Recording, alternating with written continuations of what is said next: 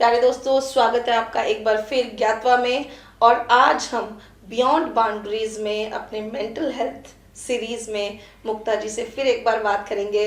मुक्ता जी, स्वागत है आपका बहुत बहुत एक बार फिर हमारे स्टूडियो में। आज मुक्ता जी से बात करेंगे हम लाइफस्टाइल डिजीज के बारे में कि लाइफस्टाइल डिजीजेस हैं क्या और ये किस तरह से होती हैं, हमारी लाइफ को कैसे इम्पैक्ट करती हैं और किस तरह से हम इससे बाहर निकल सकते हैं, अपनी लाइफ को इम्प्रूव कर सकते हैं।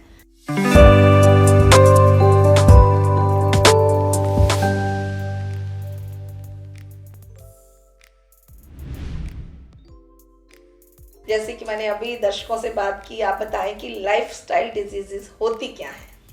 तो सविता जी, बहुत प्रेसिंग है ये। आजकल हम बहुत सुनते हैं कि जितनी डिजीजेस हैं, प्रूवन भी है कि जो हम लाइफ में जी रहे हैं, जो वैल्यूज, जो हैबिट्स, जो फॉर्मेशन हो रही है, वो एक्चुअली कंट्रीब्यूट कर रही है हमारी मेंटल, फिजिकल और इमोशनल हेल्थ पे, राइट। तभी हम देख रहे हैं कि बच्चे जो पहले बहुत लेटली यूज्ड टू हियर कि 12 साल 14 साल में प्रॉब्लम आती थी, वो इतनी इनिशियल 3-4 सालों में आ रही हैं। तो लाइफस्टाइल डिजीजेस मैं बताना चाहूंगी कि lifestyle means the way I lead my life. जो हैबिट्स और जो वैल्यूज और जो मैंने जीने का तरीका अपना सेट किया है, सोचा है, कैरी किया है, मैं पैटर्न क्या फॉलो कर रही हूँ from the beginning. It's not only कि मैं मिडिल में जाकर या 12 साल में या 13 साल में करूँ।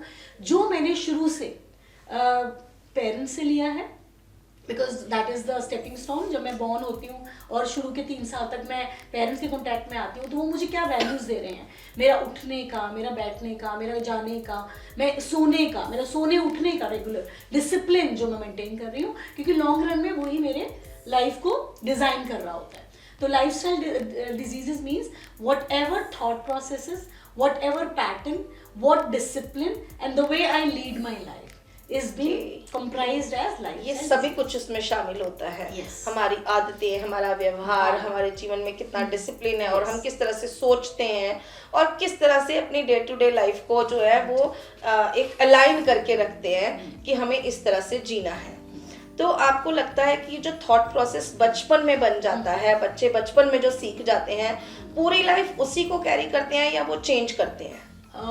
ये प्रश्न जो है वो बिल्कुल आप सही मुझसे कर रही हैं, बट मैं इसका आंसर ये दूंगी कि बिगिनिंग बहुत बड़ा फाउंडेशन जो हमारे लिए जो प्लेटफॉर्म बनाती है वो बिगनिंग होती है। कि मैंने बिगनिंग में अपनी लाइफ में शुरू में पेरेंट्स ने मेरा क्या रूटीन सेट किया, क्या उन्होंने मेरे को मेरा उठने का, सोने का, क्या मैं टाइम्ड थी, मेरा सर्केडियन रिदम है कि मुझे उठना है तो मुझे 5 बजे तक 6 बजे तक उठना है। एक छोटा बच्चा जब बॉर्न होता है तो उसका सिस्टम नहीं होता।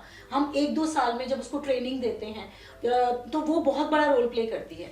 But when we get in contact with an environment, जब हम अपने एनवायरनमेंट के कॉन्टैक्ट में आते हैं, एटमोसफियर के कॉन्टैक्ट में आते हैं, लोगों के, बिकॉज 3 साल तक तो उसका सब कुछ क्या होता है, फैमिली होती है, mother, father, whatever they are teaching, whatever, and the child is absorbing it like mantra, everything whatever has been told, mummy ने जो कहा, पापा ने जो कहा, फैमिली ने जो दिया वो उसको ले रहा होता है। बट जैसे ही वो पीयर अपने फ्रेंड्स के कॉन्टैक्ट में आता है, लगा लीजिए 7-8 साल में, क्योंकि उसको बाहर की पहले नॉलेज नहीं होती, जैसे वो जाता है तो वो बहुत बड़ा रोल प्ले करती है, राइट। और आज के युग में जब हम आज का एरा देखते हैं तो हमारी पेरेंटिंग से भी ज़्यादा रोल है हमारे मेट्स, पेयर मेट्स का, हमारी संगत का, हमारे फ्रेंड सर्कल का, राइट। क्योंकि हम उस समय इतने वल्नरेबल होते हैं, इतने ज़्यादा मेच्योर नहीं होते, हमारे अपने सेंसेस इतने डेवलप नहीं होते, तो हम उनसे बहुत इंस्पायर होते हैं। क्योंकि पेरेंट्स समटाइम्स और on a right track, they are guiding you right, this is the time you will sleep by, this is the time you get up, यहाँ उठना है, खेलना है। बट बाहर जाके जो बच्चा देखता है वो, उसको लगता है कि ये तो बिल्कुल डिफरेंट है what they are telling me. तो वो क्या करता है, और जब वो ये चीज़ें अडॉप्ट करने लगता है और पेरेंट्स उसको स्नब करते हैं, just not, it's not right, ये नहीं करना, तो वो और ज़्यादा डिक्लाइन होता है, उसका जो बेंड होता है वो और फ्रेंड्स में जाने लगता है। तभी आप मोस्टली देखो कि 12-13 साल के बच्चे रिबेलियस हो जाते हैं। They really don't want to listen to parents. They don't share anything with parents. तो it starts कि हमने फाउंडेशन तो दी, बच्चों को सही समझाया, पर क्या हमने उनका रैपो बिल्ड किया? क्या वो पेरेंट फ्रेंड बन पाया?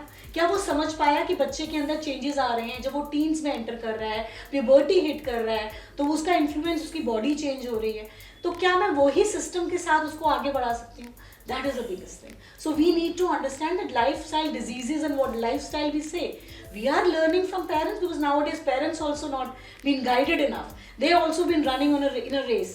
तो उनको भी ज़रूरत है कि वो समझें कि ये नेचर जो अपना काम कर रही है, उसको पता है कि सुबह सन ने भी अपने टाइम पे निकलना है, सेटिंग सब कुछ इतना कंडीशन, सब डिसिप्लिन है. हम नहीं हो रहे हैं, कहीं ना कहीं वो रीजन बन रहा है. कुछ हम बच्चों को देना चाह रहे हैं पर हम खुद नहीं कर रहे हैं एक्चुअली. तो बच्चे हमें फॉलो कर रहे हैं. एग्जैक्टली. तो मेरा अगला क्वेश्चन ये है कि कौन कौन सी डिजीजेस हैं जो लाइफस्टाइल डिसऑर्डर में आती हैं? तो बहुत ही शॉकिंग है अगर आप जानेंगी कि लाइफस्टाइल डिजीजेस में कौन कौन सी डिजीजेस आती हैं. वो सारी डिजीजेस जो आजकल प्रेवलेंट हैं. Like we have type 2 diabetes, obesity, the biggest problem, बहुत ज़्यादा मोटापा बच्चों में आजकल अक्सर देखेंगे because of not eating well या खाने का टाइम ना होना, खाने पे फोकस ना होना. They are busy अपने कंप्यूटर पे टैब पे, they don't know what they are eating, right? ना कनेक्शन, फूड के साथ कनेक्शन, ना पानी के साथ कनेक्शन, ना मतलब नहीं है उनका वो कनेक्ट. तो वो रीज़न है. तीसरा हम कार्डियोवैस्कुलर डिजीजेस देख रहे हैं जो शॉकिंग है कि आज हम 20 साल के बच्चे को भी देखते हैं कि वो had an heart attack and died. So ये सब diseases and for that matter autoimmune disease, cancer, it has been nowadays experimented that this is also psychosomatic. ये जो बीमारियां हैं आप कहेंगे हार्ट की या कैंसर, ये भी लाइफस्टाइल डिसऑर्डर से रिलेटेड है. अच्छा, आप आज से 20 साल पीछे चले जाइए, अब अपने बचपन में चले जाइए. मेरे बचपन में हम जब 18 साल के थे, 19 साल के थे, कहाँ सुना था हमने कैंसर? हम हजारों में कभी एक सुन लेते थे कि हुआ है. और नाउअडेज बीट आप बड़े से बड़े घर में या छोटे से छोटे घर में या विलेजेस में, it's been so much heard. आपको ये टर्म इतनी सुनाई देगी कि आप खुद शॉक हो जाते हो. हाँ, वो कैंसर से जा रहा है, वो पल्मोनरी कैंसर से, वो डायबिटीज मतलब throat cancer, you know general small little things, lymph node cancer. मैंने जो सुना था वो ये था कि जो फूड हैबिट्स होती हैं, जो हम खाना खाते हैं उसमें, और इस तरह की चीज़ों से भी कैंसर जो है वो बढ़ता है, या जो हार्ट प्रॉब्लम्स है वो ब्लॉकेजेस इस तरह से होती हैं. बट क्या ये लाइफस्टाइल, अब मान लीजिए सब्जियां खा रहे हैं हम, कि सब्जियां जो किस तरह के पानी से आ रही हैं, उसमें कितने पेस्टिसाइड्स डाले जा रहे हैं, या जो ऑयल हम यूज़ कर रहे हैं वो किस तरह का यूज़ कर रहे हैं, इन सब से रिलेटेड है. बट उसके साथ साथ क्या हमारा लाइफस्टाइल और जो खान पान के साथ वो भी इसमें शामिल है? सविता जी, बहुत लगेगा कि बहुत मजाक की बात है कि आप आज से 20 साल पहले चले जाइए, हम धारा वाला भी यूज़ करते थे, रिफाइंड ऑयल भी यूज टू यूज़, ये हम देसी घी, अब इतने टर्म्स और इतनी टर्मिनोलॉजीज आगे कि हम यूज़ कर रहे हैं. हम 20 साल पहले हम इन सब चीज़ों को यूज़ करके भी, दीज आर ऑल हार्मफुल. जब इनको आज हम सुनते हैं तो कहते हैं कितना हार्मफुल है, बट हम उसको यूज़ करते थे, पर हमने कभी सुना.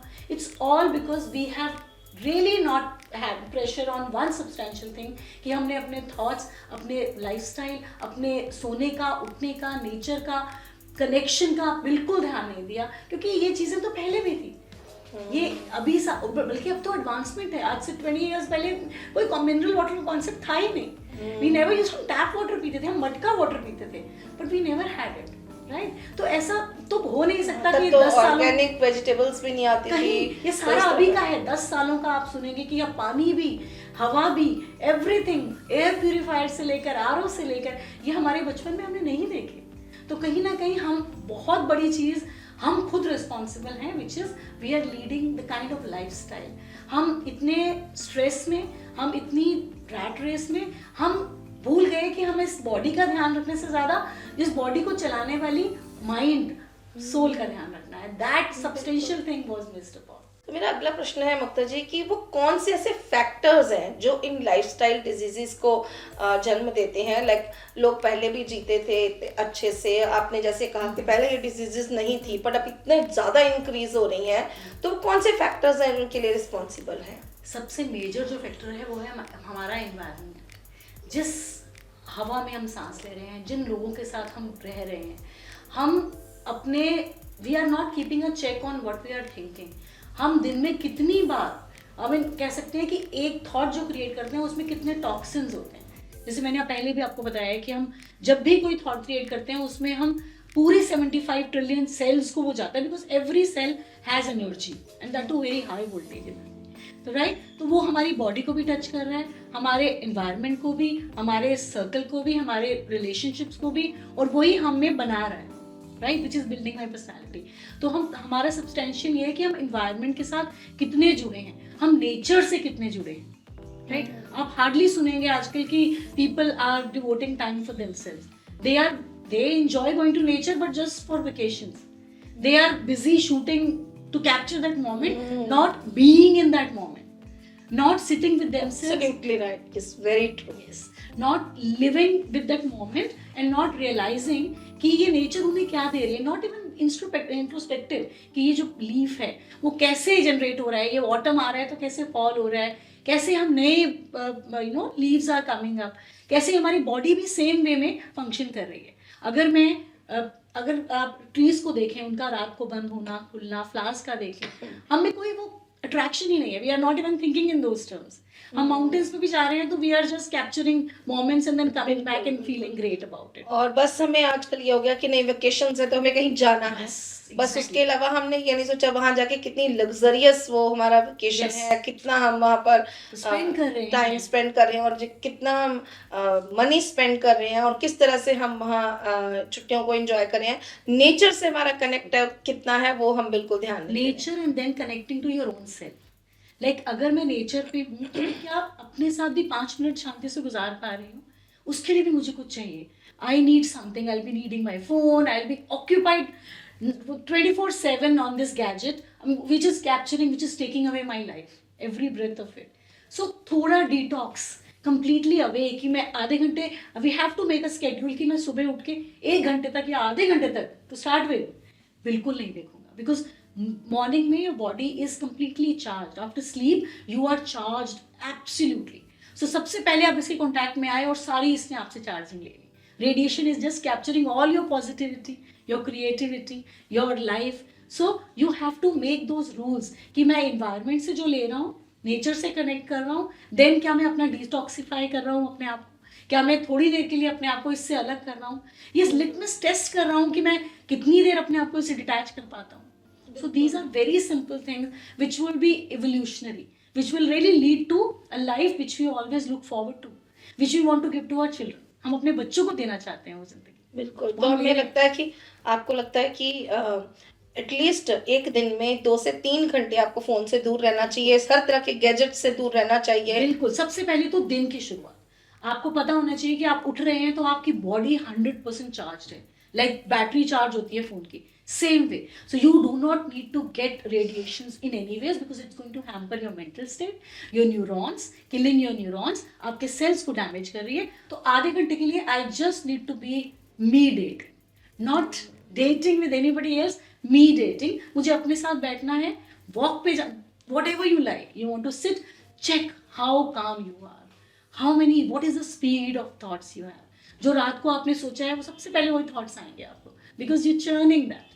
तो रात को सोने से पहले reading something, visualizing something which you want to be, sleeping with those thoughts. Mind नहीं सोएगा, रात भर चर्न करेगा, सुबह उठ के सबसे पहले वो विचार आएंगे, उसके बाद आप अपने लिए आधा घंटा निकालेंगे, meditating, talking to yourself, walking, introspecting, making your day, planning your day, and then you will switch on to this. अच्छा मुक्ता जी, मेरा अगला क्वेश्चन है कि जैसे आपने लाइफस्टाइल डिजीज के बारे में बताया, हमारा खान पान, हमारा एनवायरनमेंट, हमारा थॉट प्रोसेस, सब कुछ इसके लिए जो है वो जिम्मेदार है, रिस्पॉन्सिबल है। अब मैं ये पूछना चाह रही हूँ आपसे कि मैं पर्सनली और सारे दर्शक आपसे जानना चाहेंगे कि हम इन लाइफस्टाइल डिजीजेस से छुटकारा कैसे पा सकते हैं, कैसे हम एक हेल्दी लाइफ जी सकते हैं जिसमें ये इतनी जो लाइफ थ्रेटनिंग डिजीजेस हैं, जो जिनका नाम सुन के भी हम डर जाते हैं, वो हमारी लाइफ से दूर रहें और हम एक हैप्पी लाइफ लीड करें। ब्यूटीफुल सविता जी, बहुत प्यारा प्रश्न। तो revival is easy any time any moment. हम कभी भी किसी भी टाइम, जैसे हमारा शरीर 11 मिनट में बिल्कुल नया सा हो जाता है, लंग्स, लिवर से लेकर हर ऑर्गन्स एक नया रूप लेते हैं, वैसे ही हमारे पास पूरी कैपेसिटी है। जब आप बोल रहे थे ना फूड के बारे में भी, तो हम ऑर्गेनिक खाएं या ना खाएं, बॉडी के अंदर इतनी कैपेसिटी है, राइट। हमारे अंदर वो अल्कोहल, वो स्टमक में इतने सारे वो जूसेस हैं, इतने ज़्यादा वो हैं कि वो किसी भी कॉम्प्लेक्स चीज़ को तोड़कर हमारे लिए सही सही कर कर देते देते हैं। तो दिस इज द कैपेसिटी। तो हम किसी भी मोमेंट में अगर हमने अपना प्लान किया कि आज मुझे पता चला कि मैं ओबेसिटी से ग्रसित हूँ, या मुझे पता चला कि आज मैं टाइप 2 डायबिटीज से ग्रसित हूँ और मुझे अपने आप को रिवाइवल पे लाना है, तो I have to draw that line and I have to make a promise. सबसे पहले मुझे अपने बिलीफ सिस्टम को चेक करना पड़ेगा कि आई एम बिलीविंग दैट मुझे डायबिटीज होगी तो क्या मैं ठीक नहीं हो पाऊंगा। तो I just need to check, and this is to be grilled inside. आपको पूरा अपने आप को अंदर हिलाना पड़ेगा कि नहीं, I have the capability, I am going to win over it, right. So number 1, belief system बदला आपने अपना। बिलीफ सिस्टम बदल के आपने अपने सिस्टम पे वर्क करना शुरू किया, राइट। आपने कहा कि आज से मेरा लाइफस्टाइल बदला। जो हम जाते हैं करने के लिए, अपने डिटॉक्सिफिकेशन के लिए बाहर जाते हैं हफ्ते के लिए, वो मुझे लाइफस्टाइल बनाना पड़ेगा। I have to live that life. I have to make a promise कि मुझे 4:30 उठना, 5 बजे उठ के सबसे पहले mindfulness. I have to create those thoughts कि मैं हील हो रहा हूँ। I am just seeing my self rejuvenating, adding visualisation.